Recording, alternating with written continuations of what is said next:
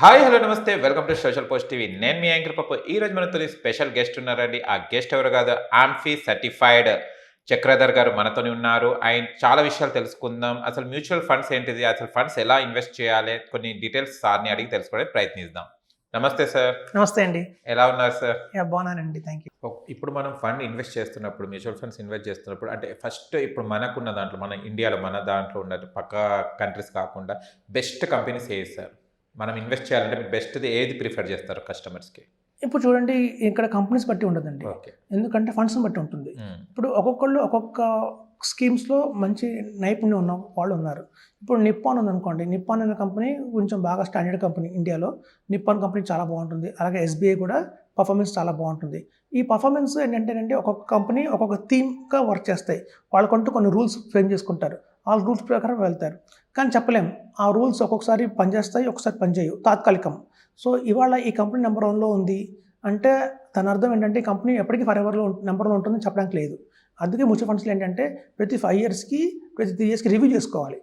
మనం ఏంటంటే ఓకే, ఇప్పుడు చూడండి, ఫర్ ఎగ్జాంపుల్ చెప్తాను. చాలామంది ఏం చెప్తారంటే, మాకు సార్ మీకు ఒక 2000 రూపీస్ ఫీజు ఇస్తాను, నాకు బెస్ట్ 3 ఫండ్స్ చెప్పండి, నేను వాటిలో ఇన్వెస్ట్ చేసుకుని ఇంకా నేను 20 ఇయర్స్ దాకా మర్చిపోకుండా ఉంటాను, వాటిని టచ్ చేయను అంటారు. అది కరెక్ట్ కాదండి. మ్యూచువల్ ఫండ్స్లో ఏంటంటే అది వర్కౌట్ కాదు. ఇప్పుడు మీరు చూడండి, రాణిగంజ్ ఉంది మన సికింద్రాబాద్లో. అక్కడికి వెళ్ళి మీరు 2000 పెట్టి ఒక కుక్కర్ కొనుక్కున్నారనుకోండి, లేదా ఉషా ఫ్యాన్ కొన్నారనుకోండి, అది 20 సంవత్సరాలు తిరుగుతుంది. ఆ ఫ్యాన్ ప్రాబ్లం లేకుండా తిరుగుతుంది. అందరూ అనుకుంటారు మ్యూచువల్ ఫండ్స్లో అంత ఈజీ అనుకుంటారు, కానీ కాదు. ఇందులో ఏంటంటే ప్రతి సంవత్సరం కూడా రివ్యూ చేసుకోవాలి. రివ్యూ అంటే ఇప్పుడు చూడండి, మనం ఒక ఏదైనా హార్ట్ ఇష్యూ వచ్చిందనుకోండి, ప్రతి 1 ఇయర్కి చెకప్ చేయించుకొని డాక్టర్ సంప్రదించి మెడిసిన్స్ మనం మార్చుకోవాల్సి వస్తుంది.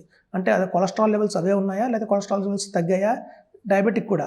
సో ఎట్లయితే మనం హెల్త్కి ఎవ్రీ ఇయర్ రివ్యూ చేసుకుంటామో, అలాగే మ్యూచువల్ ఫండ్స్ కూడా ఎవ్రీ ఇయర్ రివ్యూ చేసుకోవాలి.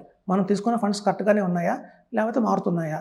ఎందుకంటే చూడండి, ఒక్కొక్క టైంలో ఒక్కొక్క టెక్నాలజీ మారుతుంది. బయట టెక్నాలజీస్ అన్నీ ఒకలా లేవు. మనం ఇన్వెస్ట్మెంట్ చేస్తుంది ఎక్కడ అంటే కంపెనీస్లో ఇన్వెస్ట్మెంట్ చేస్తున్నాం. ఇప్పుడు చూడండి, ఒక టైంలో నోకియా ఫోన్స్ ఉండేవి.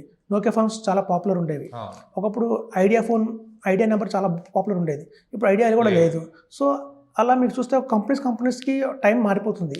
కాబట్టి మనం పెట్టేది ఎక్కడ అంటే కంపెనీస్లో ఇన్వెస్ట్మెంట్ చేస్తున్నాం. ఒకప్పుడు హెచ్డిఎఫ్సి బ్యాంక్, ఐసిఐసిఐ బ్యాంక్ ఒక టైంలో చాలా మంచి భూములు వెళ్ళాయి. అవి చిన్న స్థాయి నుంచి మొదలుపెట్టి చాలా గణనీయంగా పెరిగాయి. ఇవాళ హెచ్డిఎఫ్సి ఇన్వెస్ట్ చేస్తే పెద్ద లాభం ఉండదు. ఇవాళ ఆ ప్లేస్లో ఆర్బిఎల్ బ్యాంక్ కావచ్చు, ఇండస్ఇండ్ బ్యాంక్ కావచ్చు, అట్లాంటివి వచ్చాయి. ఇవి ఎంత మాత్రం వాటిని సపోర్ట్ చేస్తే మనం చూడాలి. సో ఇట్లాంటి బ్యాంక్స్ కానీ మారిపోతున్నాయి, టెక్నాలజీ మారిపోతుంది. సో ఈ మారిపోయే వాటిలో ఏంటంటే మనం సుదీర్ఘంగా మనం గెస్ చేయలేం. కాబట్టి ఫండ్ హౌసెస్ అనేవి మారిపోతున్నాయి. ఫండ్ మేనేజర్, ప్రతి ఒక్క ఫండ్లో ఏంటంటే మెయిన్ ఇంపార్టెంట్ ఫండ్ మేనేజర్ ఉంటాడు. అతనే మనకు లీడ్ చేస్తాడనమాట.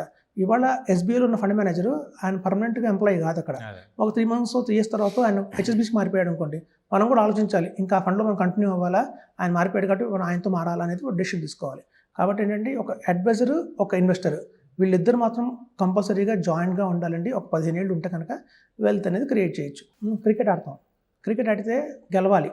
క్రికెట్లో మనం గెలవాలి అంటే ఏం చేయాలంటే, ఇద్దరు బ్యాట్స్మెన్స్ వికెట్ పడకుండా ఉండాలి. అట్లీస్ట్ ఒక 10 అవర్స్ 20 అవర్స్ ఇద్దరు పడకుండా వికెట్, ఒక 200 రన్స్ కనుక 150 రన్స్ కనుక చేస్తే గ్యారంటీ విన్. అలాగే మ్యూచువల్ ఫండ్స్లో కూడా అండి, ఇద్దరు బ్యాట్స్మెన్స్ ఉంటారు. ఒక ఇన్వెస్టర్ ఒక బ్యాట్స్మెన్ అయితే, ఒక అడ్వైజర్ ఒక బ్యాట్స్మెన్. వీళ్ళిద్దరు కనుక కలిసి ఒక 15 సంవత్సరాలు కనుక కంటిన్యూగా ఉండి ఫండ్స్ మార్చుకుంటూ వెళ్తే కనుక 2 కోట్లు 3 కోట్లు 10 కోట్లు కూడా క్రియేట్ చేయొచ్చు వెల్త్. సో అంత పొటెన్షియల్ అయితే మ్యూచువల్ ఫండ్స్లో ఉంది.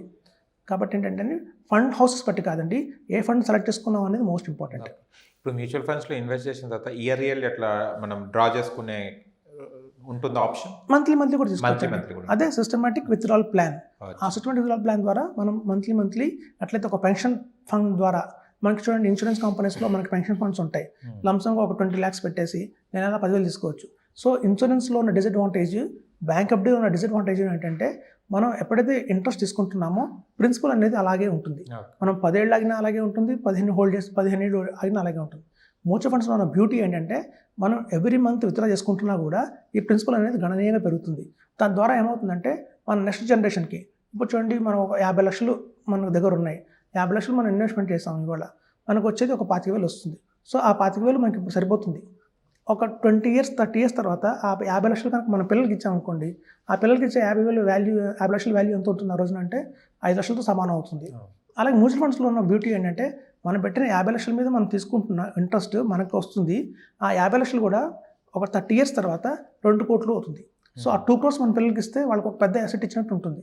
కాబట్టి ఏంటంటే మ్యూచువల్ ఫండ్స్లో 2 సైడ్లు మనకి బెనిఫిట్ ఉంది కాబట్టి దీనికి మనం ఎక్కువ మంది మొగ్గు చూపిస్తున్నారు. దీనికి ఇవాళ రేపు కొంచెం అర్థం చేసుకుంటున్నారు. సో మనం కనుక ఒక వెల్త్ క్రియేట్ చేసి నెక్స్ట్ జనరేషన్కి ఇవ్వాలి అంటే మాత్రం mutual funds is the best option.